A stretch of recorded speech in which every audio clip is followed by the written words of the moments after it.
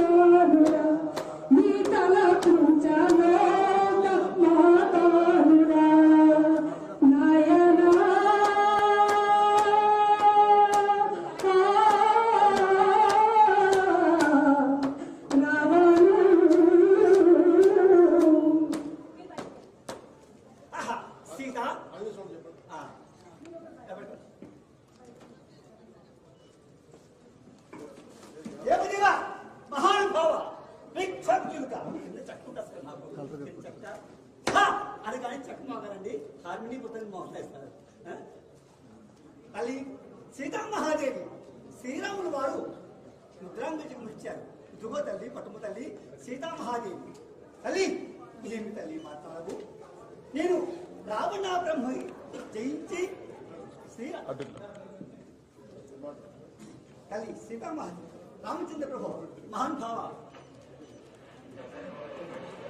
విక్షాబ్దుగా పక్షంద్ర వాహన అహల్య శాపవిమోచన హరకోటన్న విఖండ కార్మోఖండన మాయావృత వెంటకాడ మారీచు మర్దన లీలా మానుస విగ్రహ దేవదేవ స్వామి తమ దయాదాక్షిణ ప్రేమాశయములు నాశనము మీద ఉన్నట్లయితే రావణ బ్రహ్మ లంకారాజ్యం వెళ్ళి ఇచ్చాడు రావణ బ్రహ్మ సైన్యం రావణ బ్రహ్మకు నా వారాగ్రి వారముతో చుట్టి పరిశ్రమలకి తమ పాదాల వద్దకు తీసుకురాబట్టి అది కాక కొండ మీద కొండ 7 కొండలు నుంచి కాక గుర్తులు గుర్తినా కొండలే పిండి ఉన్నాయి స్వామి.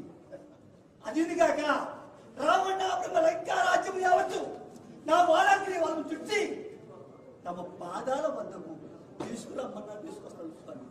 అది కాక 1,00,000 మంది కుమారుడు రావణ బ్రహ్మకు 3 కోట్ల మంది ముదుమనుమలు 6 కోట్ల మంది అల్లుళ్ళు 50 కోట్ల ఎదురుబంట్లు వీళ్ళు 50 మందికి కూడా నా వారాగ్రితో చుట్టి సముద్రంలో ముంచుతూ తమ పాదాల వద్దకు తీసుకురమ్మని స్వామి. అది కాక తమకు ఇచ్చిన ముద్రాంగజకము సీతామహాదేవికి ఇచ్చిరమ్మంటే వస్తారు స్వామి. సీతామహాదేవి కుప్పలో ఉండేటువంటి శిరోరత్నం తీసుకురమ్మన్నారు స్వామి. తీసుకొస్తాను స్వామి. తమ సలవుడు స్వామి శ్రీమంత్రమారంలో గోవిందా.